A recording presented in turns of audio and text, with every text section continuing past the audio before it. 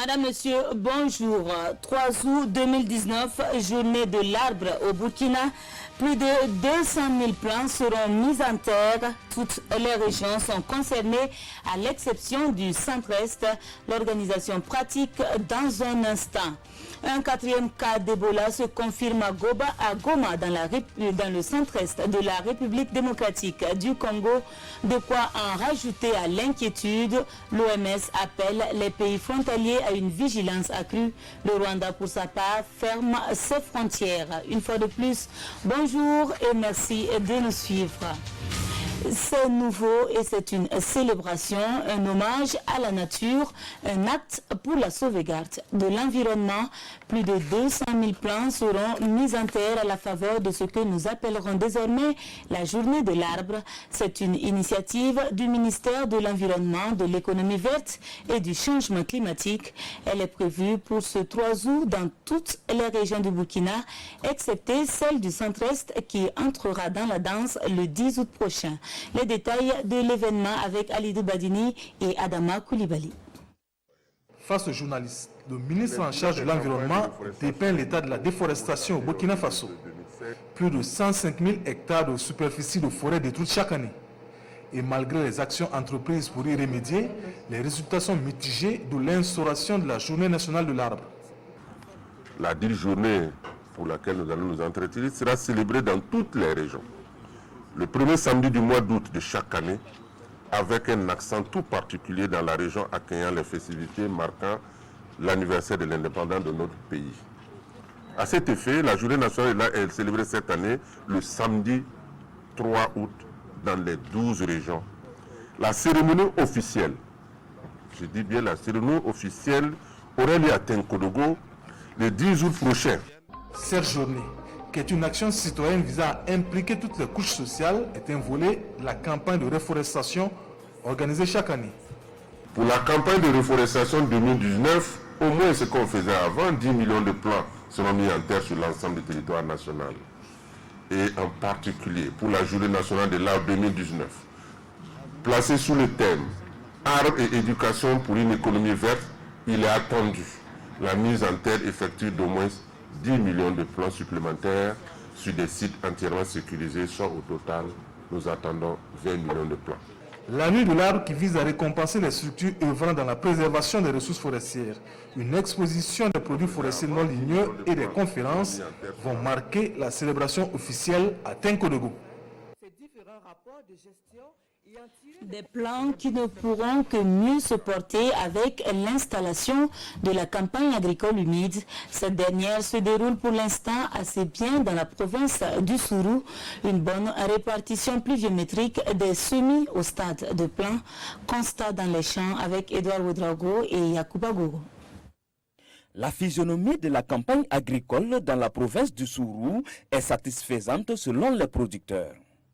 Avec l'accompagnement des autorités provinciales en charge de l'agriculture, l'espoir est permis malgré une installation tardive des pluies. Depuis fin du mois de juin, les pluies ont commencé et à l'heure où nous sommes, je pense que la quantité d'eau tombe régulièrement. Actuellement, nous sommes en train d'enlever les herbes et en août, on reviendra sarcler une deuxième fois et on a besoin des engrais et des produits de traitement. Pour prévenir une éventuelle attaque des chenilles légionnaires cette saison, les autorités provinciales ont pris des mesures. On a eu près de 696 litres de produits de traitement, avec près de 122 appareils de traitement. Comme dispositif mis en place, nous avons les agents d'agriculture qui sont là, notamment depuis la ZAT. Et au niveau IAT, on est vraiment organisé pour accompagner les producteurs en termes d'appui conseil. Par rapport à l'utilisation des intrants, par rapport au traitement contre la chenille légionnaire. Dans les champs dans lesquels nous nous trouvons, le grand frère a reçu un appui. À un moment donné, il a eu des attaques de chenilles légionnaires. Alors grâce au conseil des agents de l'agriculture, il a reçu également des intrants, des produits pour venir appliquer. En plus des engrais, des semences améliorées et du matériel agricole, l'État organise des séances de formation permanente au profit des producteurs. On a déposé dans 100 communes une certaine quantité de produits de traitement, avec des appareils également. Et à côté de ces agents, je crois qu'il y a aussi des brigadiers qui sont dans certaines communes. Et on est en train de voir les communes où il n'y a pas de brigadiers, comment identifier des brigadiers pour que, en cas d'attaque, qu'on puisse faire appel à ces brigadiers pour accompagner les producteurs. Dans la province du Sourou, certains producteurs sont au stade de sarclage, tandis que d'autres continuent de s'aimer. Les récoltes sont donc attendues pour l'alimentation et le bien-être des populations, un mieux-être qui va aussi se concrétiser par la synergie d'action entre les secteurs de la santé, de l'éducation, de l'eau, de l'hygiène et de l'assainissement. Les différents acteurs sont à ce propos en atelier d'intégration pour la mise en place d'une plateforme d'échange et de concertation. Alidou Badini et Oumou Sissé. Au 31 décembre 2018, l'accès à l'eau potable était de 74% au niveau national, avec d'énormes disparités entre les régions, les provinces et les communes. Le taux d'assainissement, lui, était de 22,6%. Des taux qui ne permettent pas d'avoir un impact positif sur la santé, l'éducation et le bien-être des populations. D'où la nécessité d'une plateforme d'échange et de concertation sur l'intégration des secteurs santé, éducation, eau et assainissement. Vous prenez l'exemple de l'hygiène et l'assainissement, le ministère de la Santé s'en occupe, le ministère de l'Environnement s'en occupe, le ministère aussi de l'Éducation aussi s'en occupe, le ministère également en charge de l'eau, n'en parlons pas. Mais quand on regarde au niveau de l'évaluation des performances, c'est comme s'il n'y avait pas de synergie d'action.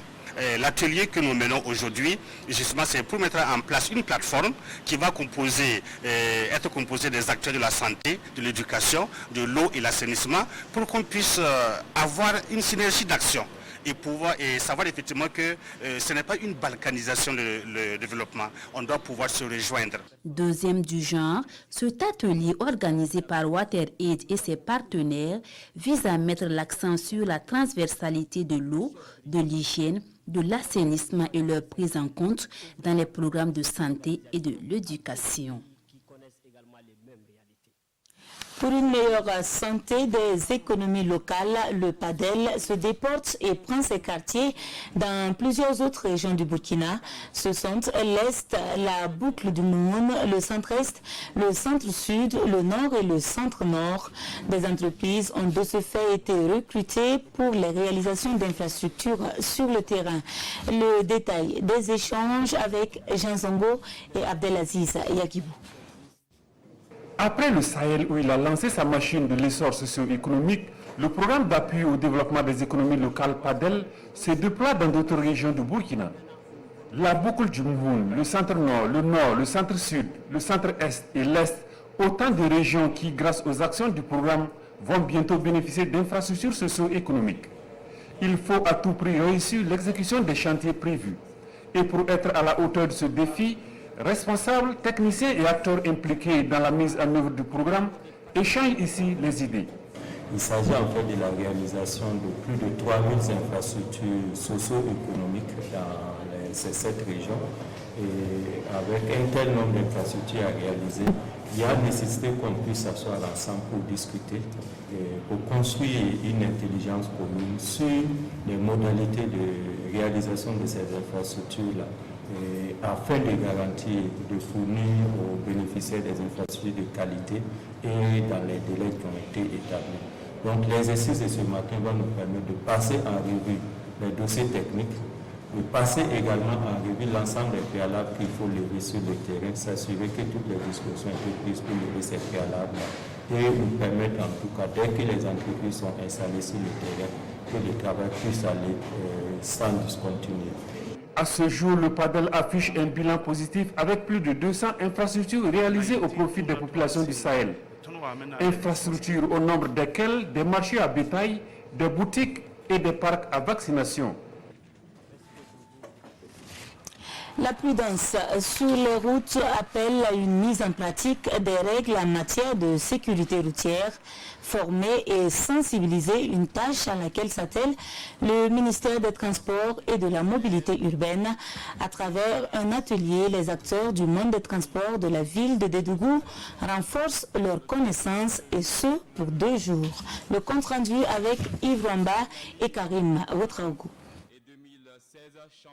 Une minute de silence à l'endroit des victimes des accidents de la circulation. C'est un geste capital pour entamer cet atelier de formation et de sensibilisation ici à Dédougou.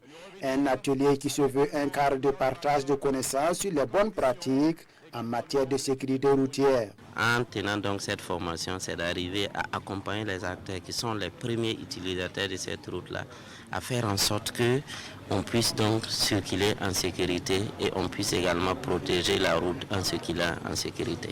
On va continuer dans la sensibilisation. À un moment donné, il faudra qu'on mette un peu aussi de la force dans la sensibilisation. En 2018, le Burkina Faso a enregistré 944 morts et plus de 14 000 blessés dus aux accidents de la route. Nous allons beaucoup échanger sur la pratique de la vitesse et sur le règlement 14 de l'UMOA, sur la surcharge, les conséquences de la surcharge.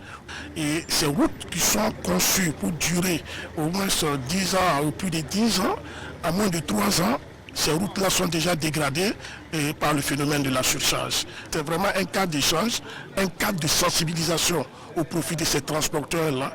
Et c'est à nous de profiter pour que tous les enseignements qui seront dispensés puissent être répercutés à l'ensemble des acteurs afin que nous puissions protéger nos vies et protéger également les infrastructures qu'on a mis à notre disposition. À cette occasion, le ministère en charge de la sécurité routière a offert du matériel composé de gilets et bandes réflectorisants et des triangles au sol aux différentes structures afin d'inciter les chauffeurs et transporteurs routiers à s'équiper en matériel de protection. Ils sont aussi acteurs en matière de sensibilisation à la sécurité routière. Ils sont appelés volontaires et agissent dans plusieurs domaines d'activité. Ils font partie de la grande famille du Programme national de volontariat. 400 viennent de prêter serment pour leur investissement dans les actions de développement au Burkina. Voyons le témoignage de Salifou Belem et Tanga Kafango. Ils s'engagent solennellement à devenir de loyaux serviteurs pour le Burkina Faso et à observer les réserves qui exigent leur mission, à s'investir dans l'esprit du volontariat pour la promotion des activités de développement. C'est le serment que les 400 volontaires recrutés en 2019 dans le cadre du Programme national de volontariat ont prêté ce matin devant le ministre de la Jeunesse. Aller en volontariat, c'est effectivement accepter, s'engager à servir sa patrie, sans attendre aucune rémunération, sans attendre aucune récompense. Aller à l'appui des vieilles personnes. Aller dans le service loin de son domicile. Aller dans le service un peu partout à travers le Burkina, mais aussi hors du Burkina, pour servir et servir encore l'autrui. Après cette cérémonie de prestation de serment, les volontaires seront formés sur l'esprit du volontariat, les valeurs de civisme, de citoyenneté et du sacerdoce. Ils ne viennent pas pour des perdièmes, ils ne viennent pas pour des salaires. C'est pour ça qu'on ne paye pas de salaire, c'est juste des allocations pour les permettre juste de payer les carburants. Si nous sommes vraiment volontaires, on va d'abord les sensibiliser sur le fait qu'être volontaire, vous devez être différent. Si vous êtes volontaire dans une administration publique, vous ne pouvez pas vous comporter comme les autres qui sont là-bas. Vous devez apporter une image, changer l'environnement. Un volontaire doit toujours en train de faire des mouvements, en train de faire des activités. Donc c'est aussi le partage des valeurs. Le volontariat est un engagement gratuit de 6 mois, renouvelable 6 fois. Et après plusieurs éditions, le nombre a considérablement baissé cette année au regard du contexte sécuritaire, passant de 1000 à 400 et le ministère compte recruter 10 000 l'année prochaine avec le soutien des partenaires et du secteur privé. Jeunes, ils le sont, talentueux, ils le sont également. Et chaque année, ils donnent la preuve qu'il faut désormais compter sur eux en matière culturelle. L'organisation Fitini Show offre un cadre d'expression aux enfants depuis 20 années. C'est une manifestation socio-culturelle des vacances et la compétition pour 2019 a débuté depuis ce 28 juillet. Elle est organisée par l'association Denis Desmains et cette édition prône la paix et la cohésion sociale. Les détails avec Siriki Milogo et Saturnin Paris. Les Miss Soumourou Saramani ouvrent le bal et c'est ainsi parti pour Fitini Show 2019. Une compétition qui mobilise chaque année des milliers d'enfants à population. Éducation et culture de la paix et de la cohésion sociale. C'est le thème de la compétition de cette 20e édition. Aujourd'hui au Burkina Faso, beaucoup d'enfants ne vont pas à l'école du fait qu'il y a le terrorisme, à cause du fait qu'il n'y a pas la paix souvent en certaines communautés. Donc pour nous, c'est de lancer un message fort aux autorités, c'est un message fort aux populations, lancer un message fort aux Burkinabés, que nous avons un seul pays, indivisible. Nous devons travailler ensemble pour construire notre pays. À ce lancement officiel, plus de 10 groupes tiennent en haleine le public, en ballet.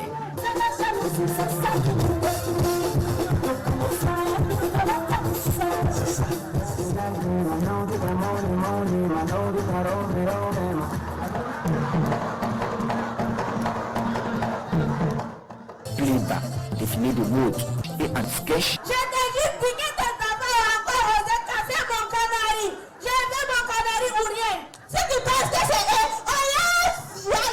À Bobo, vous allez maintenant tous les dimanches, les matchs éliminatoires, la finale régionale et la finale nationale. Et ensuite, nous serons du côté de Ouagadougou, de Koudougou, de Dédougou. Nous serons en Côte d'Ivoire, à Bouaké, nous serons à Bamako et nous allons nous retrouver le 15 septembre au stade Wobé pour la grande finale avec ceux de la Côte d'Ivoire du Mali, les lauréats de Ouaga, de la zone de Ouaga et les lauréats de la zone de Bobo-Dioulasso. Rendez-vous est donc donné le 15 septembre prochain pour la grande finale. Mais en attendant cette date, les spectateurs sont attendus tous les week-ends pour assister aux 20 matchs éliminatoires. Dans un chapitre moins reluisant et dans l'actualité, hors de chez nous, le Rwanda ferme ses frontières avec la République démocratique du Congo.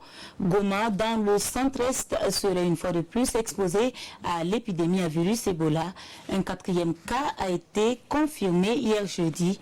L'OMS, pour sa part, appelle les pays frontaliers à une vigilance accrue. Un 4e cas d'Ebola découvert à Goma, dans l'est de la RDC. Face à cette épidémie, le Rwanda a décidé ce jeudi de fermer pendant plusieurs heures sa frontière avec la République démocratique du Congo. Goma est une grande métropole qui se trouve exactement à la frontière entre les deux pays et les mouvements de population y sont nombreux en temps normal. La décision de Kigali de verrouiller sa frontière illustre bien l'inquiétude face à une épidémie difficile à circonscrire. L'Organisation mondiale de la santé reconnaît avoir recommandé aux pays frontaliers une vigilance accrue. Cela concerne, en plus du Rwanda, le Soudan du Sud, le Burundi et l'Ouganda. Ce médecin est un des responsables de la lutte contre Ebola dans le Nord Kivu en RDC. Cela fait un an que l'épidémie sévit dans cette région. Il explique pourquoi il est si difficile d'en venir à bout. Les mouvements de population sont très importants dans toute cette zone et aussi avec les pays voisins. Et c'est bien là une des raisons pour lesquelles cette épidémie dure si longtemps. À quelques kilomètres de là, l'Ouganda, 2 cas d'Ebola y avaient été détectés en juin, des malades en provenance de la RDC. Alors, les autorités ont renforcé les campagnes d'information et de prévention, notamment dans les camps qui accueillent des réfugiés congolais. On utilise ces thermomètres à infrarouge sur ceux qui viennent d'arriver. Ceux qui ont de la fièvre sont sous surveillance durant 21 jours. C'est comme ça qu'on surveille le risque d'Ebola.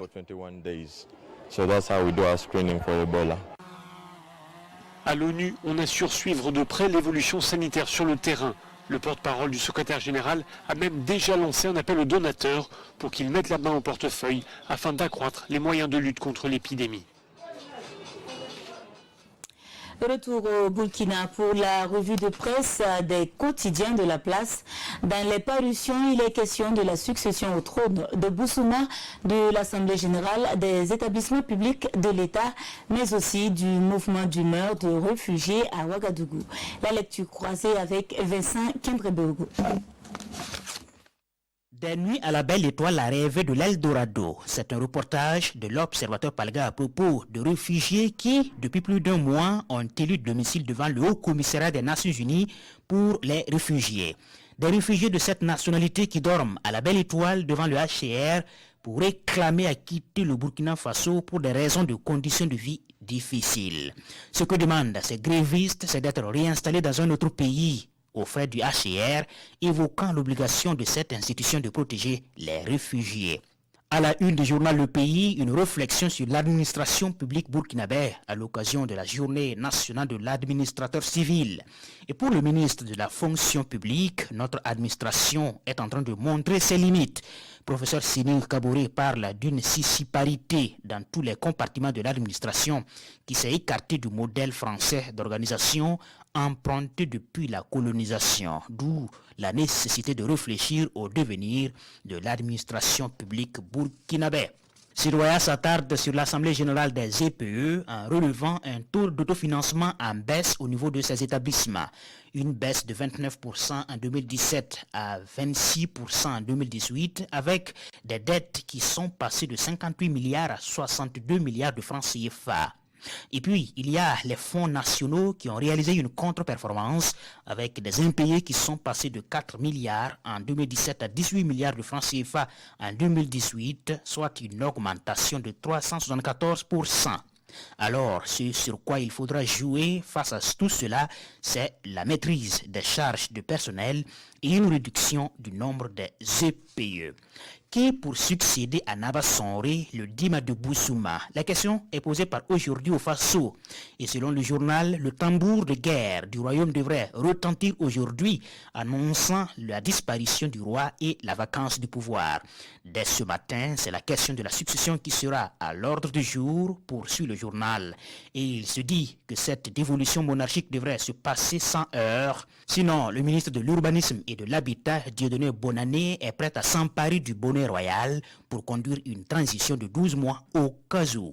Vous l'aurez compris, la parenté à plaisanterie est aussi passée par là. Voilà, et c'est dans le sourire que nous refermons cette édition. Merci de nous avoir suivis. À demain, Dieu voulant.